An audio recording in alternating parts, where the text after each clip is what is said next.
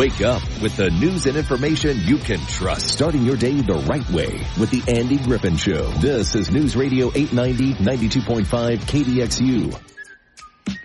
Good morning, 9:08 on KDXU. Thanks for tuning in today. It is Wednesday, but more importantly, it is September the 11th. And, I was talking with a guy the other day, and he says, I think it was Jimmy, actually. He said, Jimmy Keston, he said, I just had a grandkid born. It'll be the second generation of kids that were not even alive when 9/11 happened. And I was like, wow, that's actually a little sobering, because the only source they have is for us to help keep the memory alive of what happened on 9/11.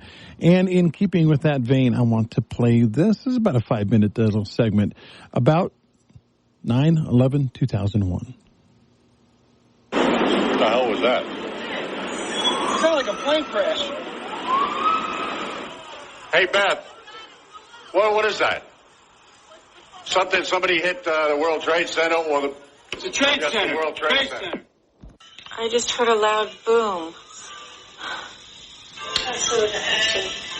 You did? Was it a plane?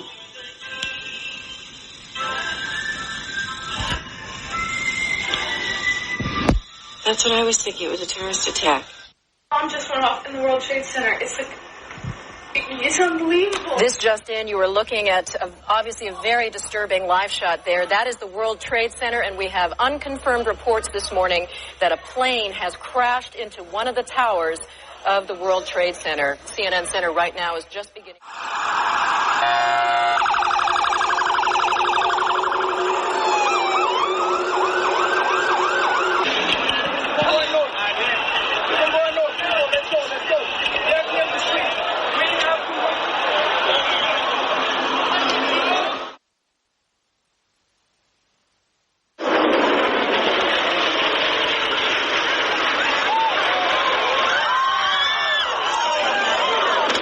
Another plane. There's another one. I'm taking a look. Oh! Oh my God! Oh, shit! Oh my God! My own eye. It must be a Oh my God! Another plane just went in. Another tower.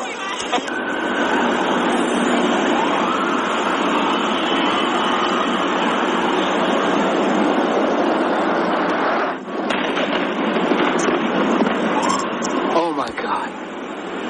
Oh my.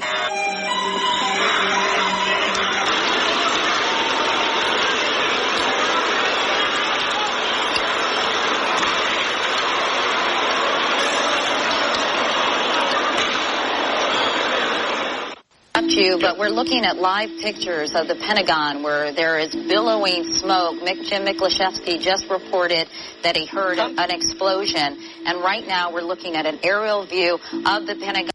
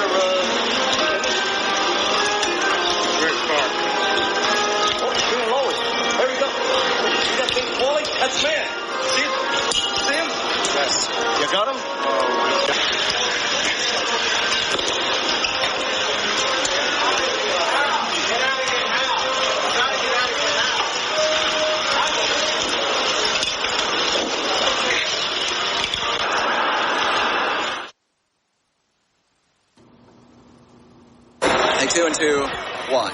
This is as close as we can get to the base of the World Trade Center. You can see the firemen assembled here, the police officers, FBI agents, and you can see the two towers A huge explosion now, raining debris on all of us. We better get out of the way. I don't know. We just got to get out.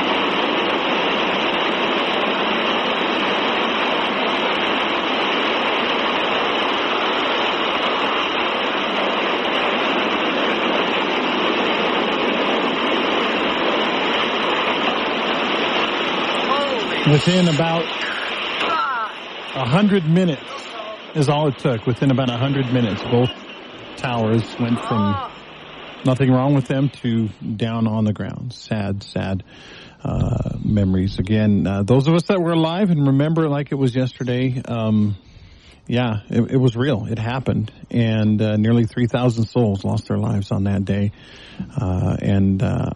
I just feel a tremendous responsibility to explain to my children, but my two daughters were not even born yet, what happened and what it meant to America and what it meant to be an American on that day. And they didn't attack just people and they didn't kill just people, but they attacked the American way of life. And I don't know about you, but I took it personally. So we'll talk a little bit more about that later in the show. But I do want to bring on my guest today, Steve Dunham from the Washington County School District. Hi, Steve. How are you? I'm well. How are you, Andy? Good. You said your oldest was only 1 year old? Yeah, barely. Not quite a year. Not quite a year. Just under a year. And it's so vivid, the memory of my wife.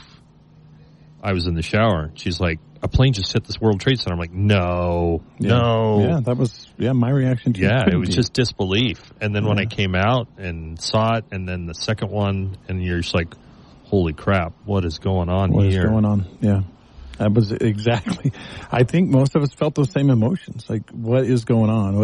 What is next? What's going to happen? Of course, the Pentagon, not too long after that, and then the Heroes in Pennsylvania. Yeah, Heroes in Shanksville, Pennsylvania area. Let's roll, right? That's right. Very, very sobering, and I feel, like I said, a tremendous responsibility, Steve. And you're involved in the educating of young people with the Washington County School District, and I hope that, and I think they are, but I hope that these kids are all today, especially, getting a big understanding of what happened. I think they definitely are. Yeah. I really do. And even from the community, there's so many flags out today. I noticed that first thing on my walk this morning, the flags going up in the neighborhood. So I think that education is taking place. I think people are remembering. They are talking about and continuing that. One update, there was a story on the news yesterday about the fact that there are still, it's been 23 years now, there are still people who are getting cancer, who are dying, who were there with, the dust and all the particulates that were in the air that day. And it's still affecting people, even to this date. And, the images of the people covered in, you want to call it soot, but it wasn't just soot. It was dust and everything. Everything. Yeah. Everything. It was just these two giant buildings pancaked, releasing the cloud of everything. Yeah. Oh, what a mess. Yeah. So let's never forget. Let's never forget. All right, Steve, welcome to the show. I appreciate you coming in today. I was telling you before we started, we had a pretty lively discussion on cell phones and their use in classrooms. Oh, yes. Whether or not they should even be allowed in classrooms or in schools. And there are, I think it's 5 states now that have completely banned cell phones in schools. Utah is not one of those yet. Yes. Although it's on the table. And Jack and I talked a little bit about the fact that, first of all, you got to be careful. When you start legislating things like that and making laws, you run the risk of government over-regulation and of taking basically the people that are experts on a topic, taking it right out of their hands. And so, that was the first thing we talked about was, do we need a law? But how does a law versus a school district policy or rule, how do those fit? If a law comes your way, you guys have no choice, right? It's out of your hands. Yeah, we have to follow the law, and we will follow the law because we have to set the example of a government entity that is going to abide by the laws that are created for us. And so we have to follow that. So if there's no law, then how is the policy decided? Is that the school board? That would be the school board. And so you have everybody here in Washington County has their elected representative that sits on the school board that represents them. And they are supposed to collectively consider what do my constituents want me to do for the children here in our community. And they're supposed to sit and discuss and essentially decide policy based upon that. So, and it's interesting you bring that up because I don't think a lot of people realize how important that political process is in electing someone. We have school board elections. A lot of people, it's school board, whatever. They roll their eyes and I'll vote for him. He seems like a nice guy, whatever. Or she seems like a nice person. But when it comes to things like what books are allowed in the library or what electronic devices are allowed in the schools, turns out those votes on who you elect to the school board are pretty important. Very important. They're your representative who you can turn to when you have a concern about the books, about what is happening in schools, about everything dealing with the education of your children. They are your chosen representative that sits for their term and discusses how we will move forward with the process of educating the children here in our community. Yeah. And so it's a very important choice. Let's get to the nuts and bolts of it. What is right now the Washington County School District policy on cell phones? We do not have a policy on cell phones. So right now, I can tell you what our understanding is. Our understanding is that the legislature is looking at putting in place reinforcing laws so that we, as a school district, a local education authority, they call us LEAs, local education authority, a school district, has the power to choose to enact or choose not to enact. They want to leave this as a local control issue, is our understanding at this point. So we don't believe they're moving forward with a statewide ban. That could change because, like you've mentioned, in some states they have done that. But right now, they want to keep that as a local control. And I think they're seeing that from the lens of what other school districts up north have done. You have the example I'm most familiar with is Granite School District that has tried this initially in a couple of schools, and they did it more based upon age level of the children. And so they did it in a junior high, and it was very successful. And what was it they did? They banned banned cell phones in the school, yes. Okay. And they did that with support of the parents. Because without the support of the parents, you can't make that a reality. Parents have to be able to support you and be willing to support you as you're moving forward with something like this, because parents have differing views. Boy, do they. Yeah, boy, do they. Boy, howdy. But I do know also that our school board has looked at all aspects of this. They have gone to national trainings, and they have visited trainings specific to eliminating cell phone use in schools, and they have visited trainings on how to enhance or augment cell phone use in schools, because they don't want to turn away if it can be used as a tool to help the learning process for the children and used for good.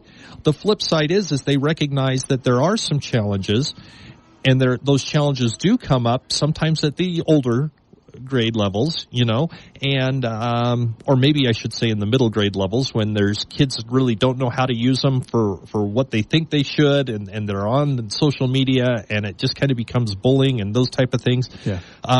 So they have looked at both aspects so that they can be well educated from every perspective, and then they can sit down with our parents and say, hey, if we consider something like this, would you be supportive? Why or why not? Let's move forward. Let's have a discussion. Let's talk about this. So with no district policy in place yet on cell phones, does that mean that each principal can set their own policy, or even each school teacher in a classroom?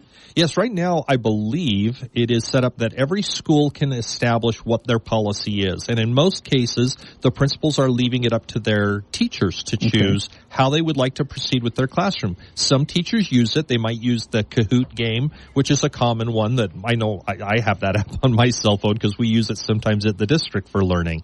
And it's a quick way to do a quiz, to have fun with the quiz, just have some fun.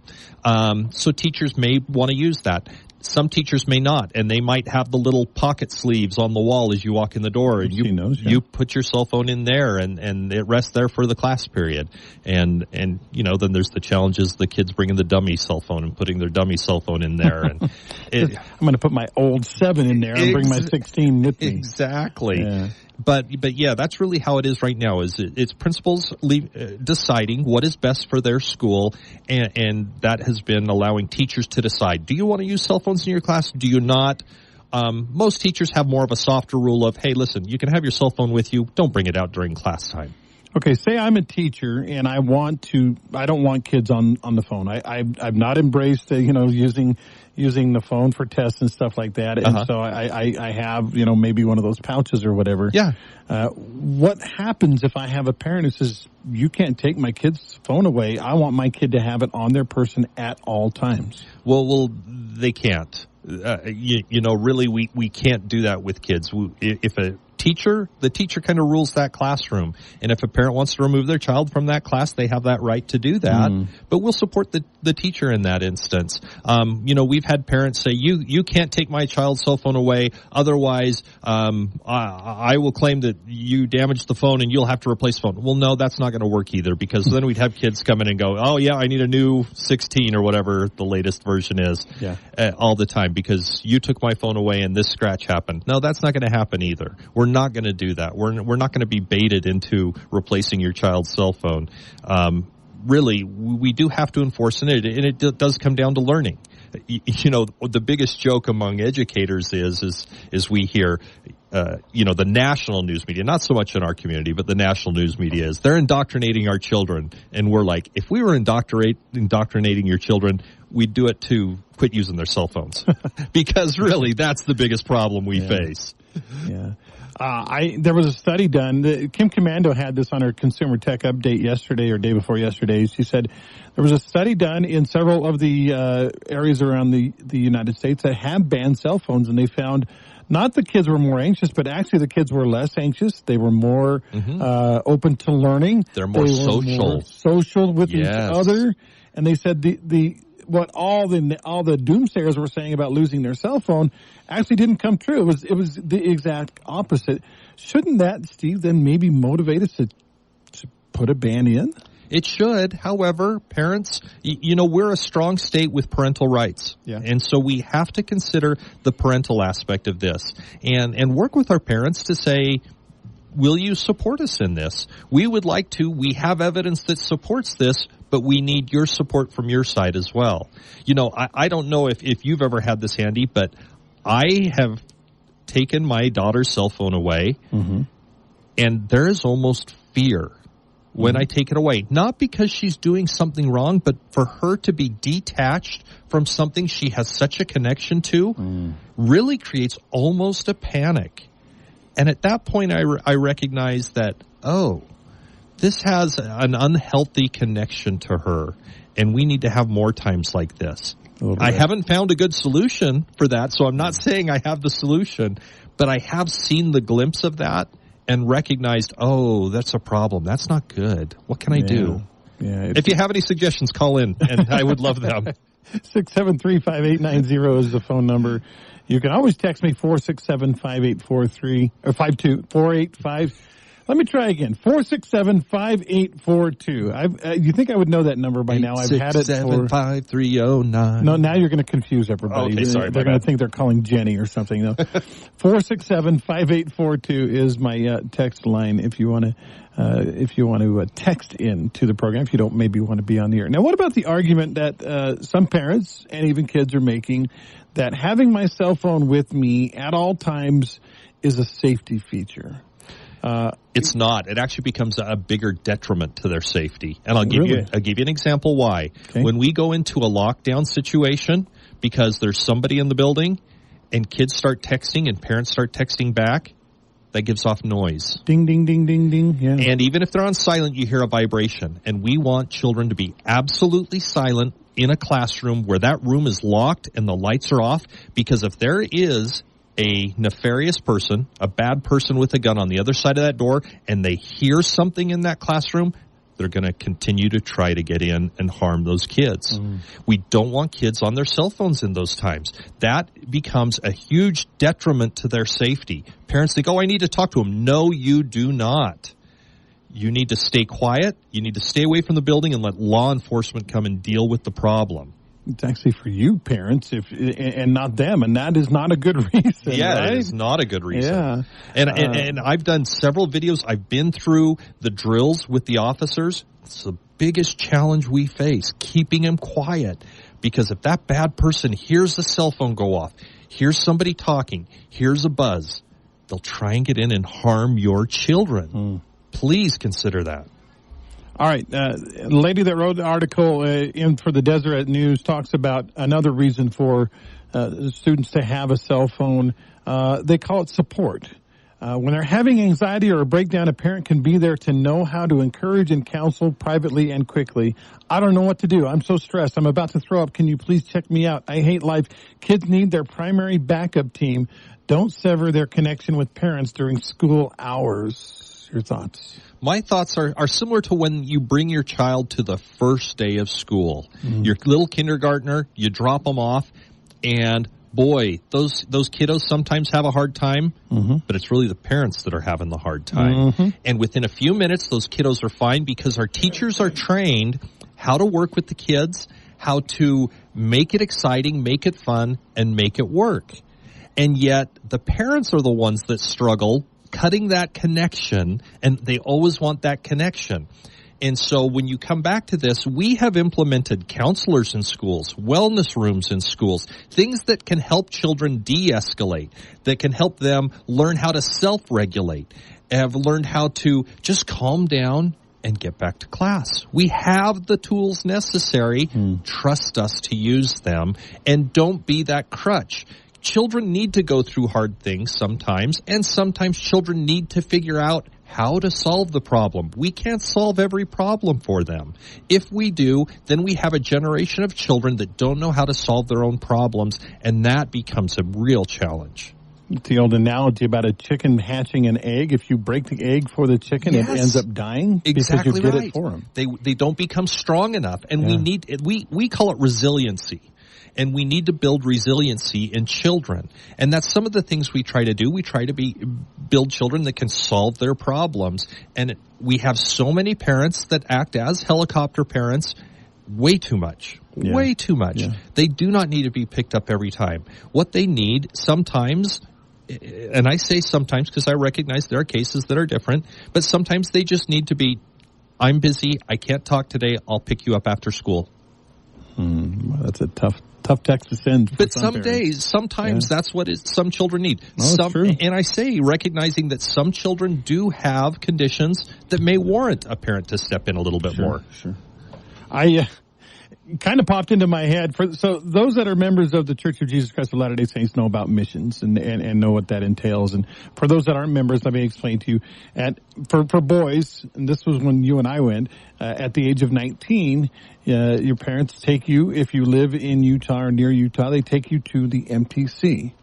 They drop you off. When I went, they actually had a little meeting with the parents at the beginning, and then the missionary would go out one door and the parents would go out the other door. It was an incredibly traumatic experience, especially, maybe only for the parents.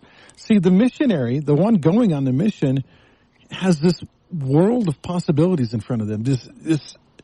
You're eager, you're excited. There is so much ahead of you. You know, maybe you're going to a foreign country, or maybe you're going to another part of this country that you've never been to. You're going to have 2.5 to 2 months worth of learning a language, or learning, more about your religion. You're incredibly excited. Yes, you're sad. You're not going to see your family for a couple of years, but you're incredibly excited.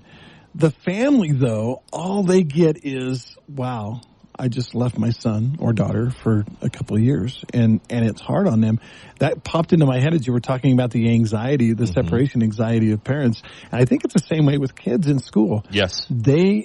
What they're about to embark on is, I'm talking to kindergartner, but any age, but embark on is this new world that they've never been exposed to, that they're going to see friends, they're going to learn, they're going to grow.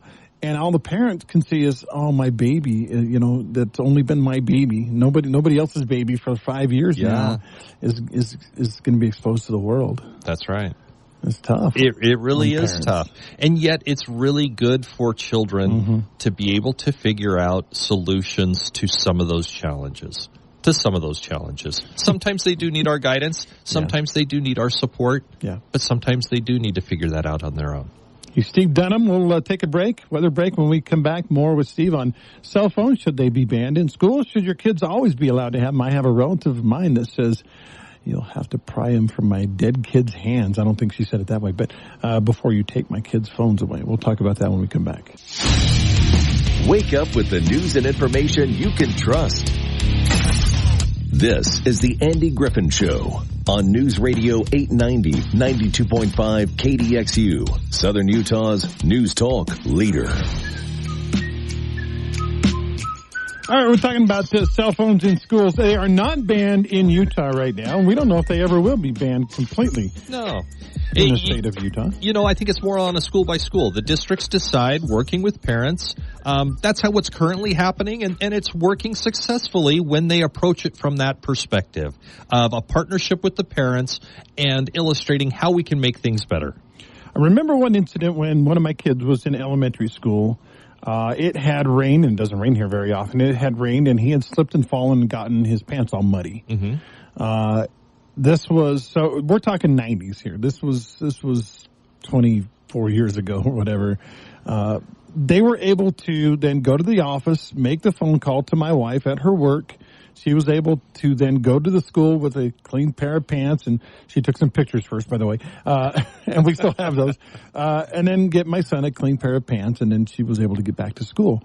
Everybody that talks about, things, the reason you need a cell phone is for things like that. I would say, you know what? We didn't have cell phones back then, and the problem got taken care of in a pretty timely fashion. I mean, we didn't need them. And even now, we can actually take care of that faster because all of our schools have access to the counselor closet, where they have a quick change for accidents just like that, or other accidents, and the child needs a new pair of underwear, a new pair of pants. Most schools in our district have those either on hand, or they can call us at the district and still call the parents. Either way.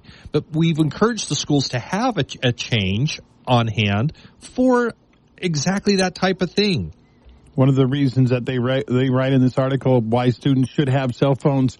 Minor emergencies happen every day. Accidents, forgotten homework, no lunch, money, lost permission slip, etc. So your kids should have a phone because they didn't bring their homework. Oh boy. There's a lot could be said, and I'm not going to say any of it. Okay.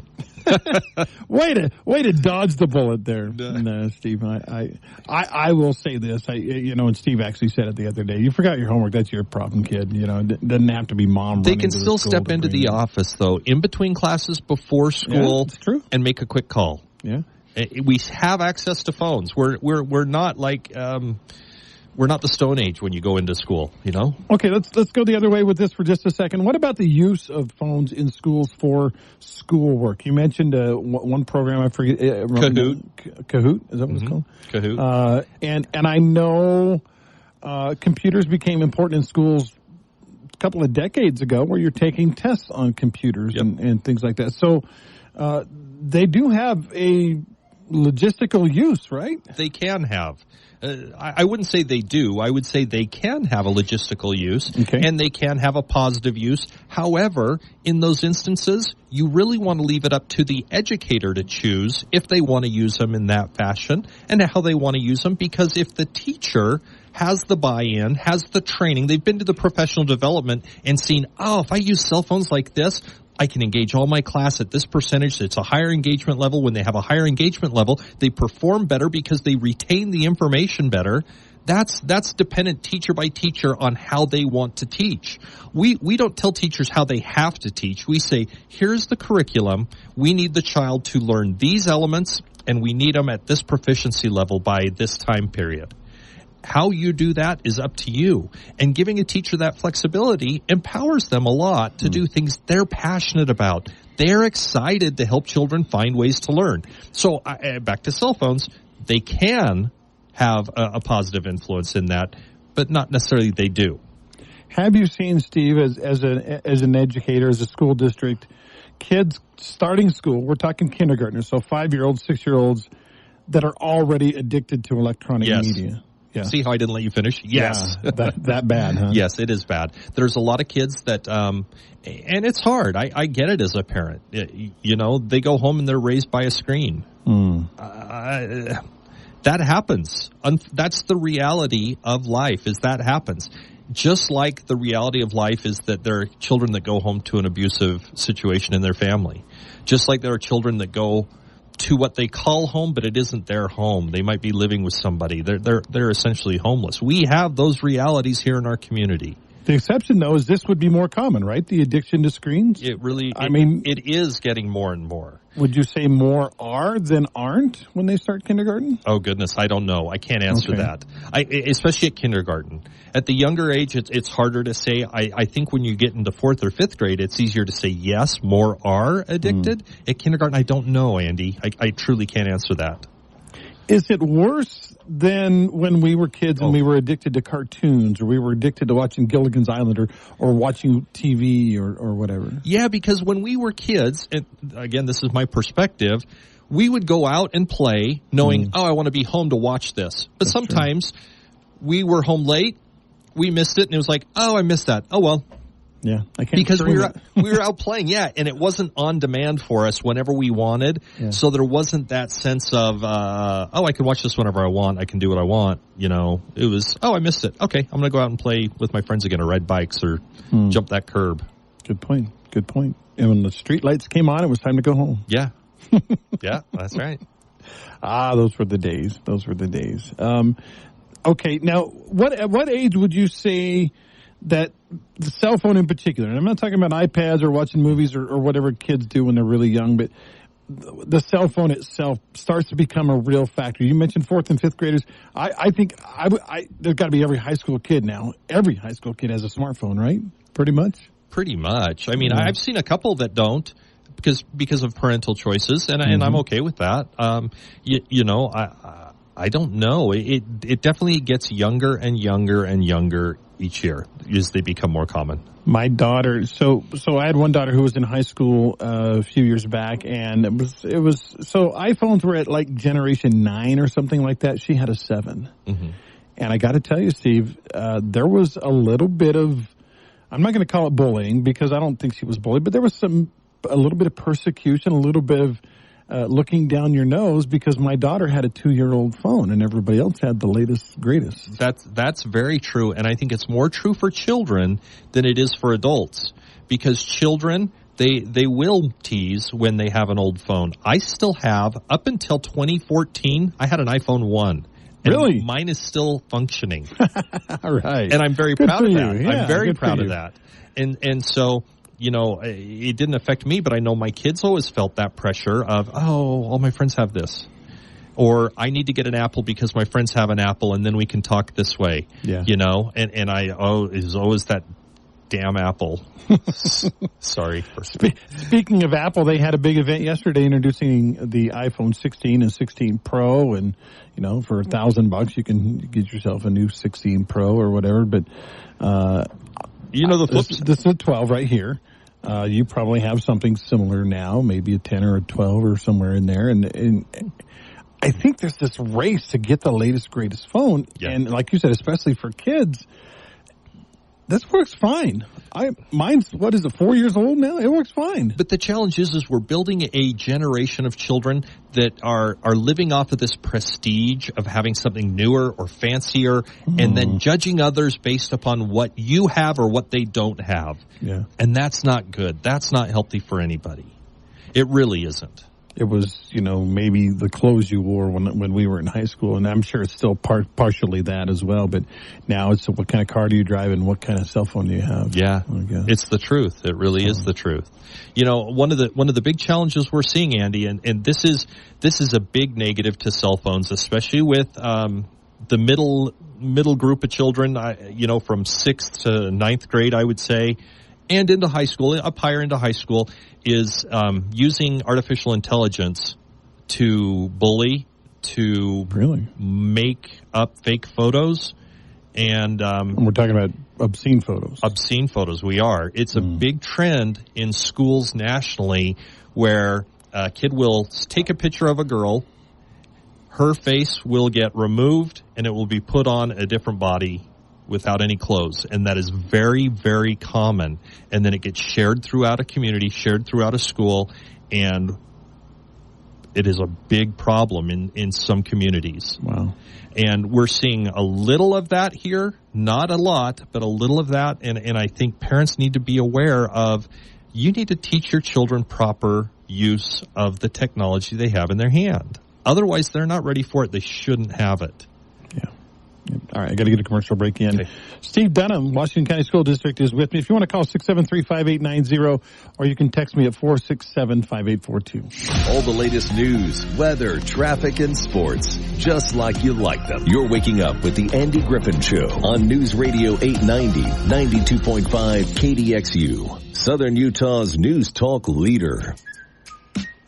Hey, good morning, 950 on KDXU. Again, never forget, I've got a little segment I'm going to play here in about 7 or 8 minutes about heroes and 9/11. But right now I've got Steve Dunham with me. And Steve, you and I might talk about Facebook, right, and getting likes and stuff on Facebook. But the kids aren't really using Facebook. They're using what they call IG or Insta or Snapchat or some of the TikTok, of course. Yeah, TikTok is big. But let's talk about the like and share functions in these social media apps.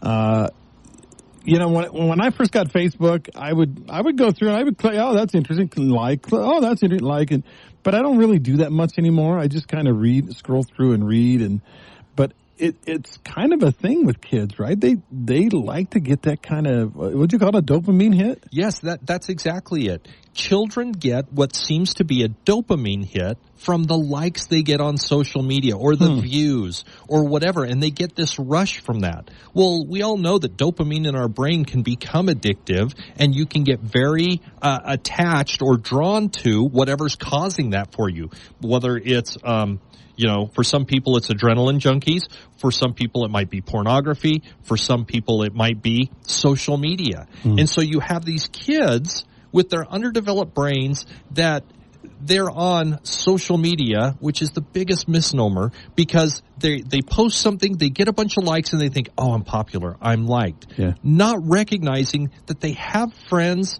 that are trying to communicate with them that they're ignoring to get those likes. And then they have a rush of a series of posts or tweets or whatever. I don't think they call them tweets anymore, but or whatever, where they get no likes or one or two, and they get so depressed. Yeah, nobody likes me. But they don't recognize their friends are still out there. Social media has destroyed the word social. Yeah, it's anti-social media. It is anti-social media. It is exactly that. And there's so many more benefits to a child not being on social media, not getting connected to the views, or being led down a path of what do I do to get more views? Have you heard of this new one out there? It's called Real or Be Real. Yes. And my daughter. My daughters too. Yeah, she was, and my daughter. She's not a high school. She's 22 years old. She's a returned missionary, but she's dating a guy, and they both got this Real or Be Real or whatever it is. And I guess at random times, I'm like, how random could it be? She's like, no, really, it's random times. It gives you a notification that says it's time to be real.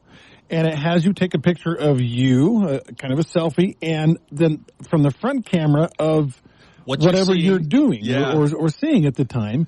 And then you can write a little comment about what it was you were up to at that moment. And I was like, wait, what? She says, yeah, no matter what you're doing, no matter where you are, occasionally randomly say, let's be real, and you have to take these pictures and then explain them. And I said, well, can you tell it no? She goes, well, you can tell it no, but why would you? I'm like, you're being real, Dad. I'm sitting on the toilet. I don't want to picture, I don't know. I don't get it. And I guess she says it actually keeps a record of when you do say no. It keeps a record of what you posted and who you posted to, and they can see. It's crazy. It's another one of those, I guess, dopamine rushes. So. But look how it's connected with a very generational audience, because you and I would be like, yeah, no. Yeah. you know? And yet to an audience, they're like, well, why would you say no?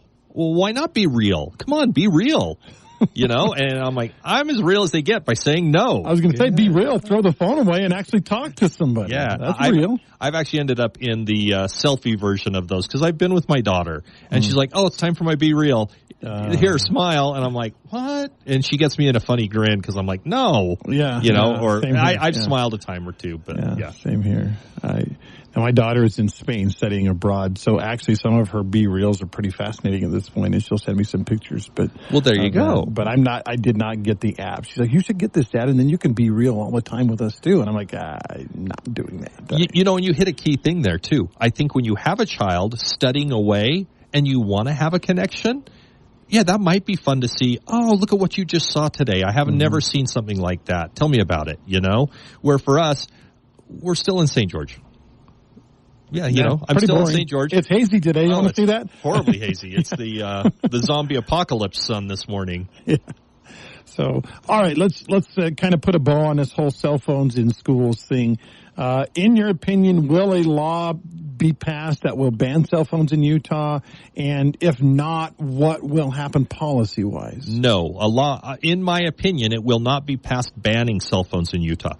From what we have heard, laws are being passed to reinforce and support us so that we can establish policy and work with parents to decide what is best for our school district. That's our understanding. Sometimes my opinion, as I've talked about cell phone use, I feel like there's more negatives than there are positives towards cell phone use in school. So that comes out, yet I could be swayed either way. I'm still open to the idea that there are some teachers that go through professional development and see ways to use them and are very proactive and are really out there and trying to engage children on any level they can. And I'm supportive of that. Okay, I had one meme I read. I thought it was pretty apropos. A teacher says, "Yeah, you think we don't know when you have your cell phone?" He says, "Nobody looks down at their crotch and smiles on a regular basis, so we know you have them." Yeah, there you go. There you go. Well, Steve, thank you for coming in today. It's a pleasure. It's a fascinating topic, and it's a topic that not only is current and hot right now, but it's not going away. It's going to be controversial for years. It is going to come up again, and like you said, it is going to get hot or more hot as we progress, I think. And hopefully parents will recognize, please look at some of the negative impacts before you get too heated about it. Look at some of the negative impacts of cell phone. It can be addictive. It can have that negative impact on your child. They feel like a connection that it really isn't there. I think something to remember, too, is 99% of the time you are paying for your kid's cell phone. You have rights as a parent to say, I need to see what you're looking at. I need to see what apps are on your phone. I'm paying for this. If you want to go out and buy your own phone, well, I guess that's your own prerogative, right? But as long as I'm paying for it, I need to know. So. And there are some phones where you can actually turn them off, too, at night. Yeah. All right, Steve, thank you so much. You're welcome. Been a pleasure talking with you today. I want to end the show today on a little tribute to heroes, in particular, of course, the heroes from 9/11. But I just feel like we need to remember and, well, never forget. Every person is faced with a moment in their life where they have to choose to run from adversity or stand in its path and face it head on. That question could not be more clear than 9/11, when our first responders were met with an impossible choice: to run into burning buildings when everyone else was running away. And yet for them it wasn't a choice. That moment came, and without question, without a moment's hesitation, they ran toward the fire, toward the danger, toward sacrifice, 2,977 lives were taken that day, 413 of which were first responders. 343 were firefighters. We honor you. 60 were police officers. We honor you. 8 were emergency medical technicians. We honor you. And the rest, 2,564, were mothers, fathers, daughters, sons, brothers, and sisters. In a day of tragedy, we saw more clear than ever what it means to be a hero. And we will never forget. God bless their sacrifice. And God bless America.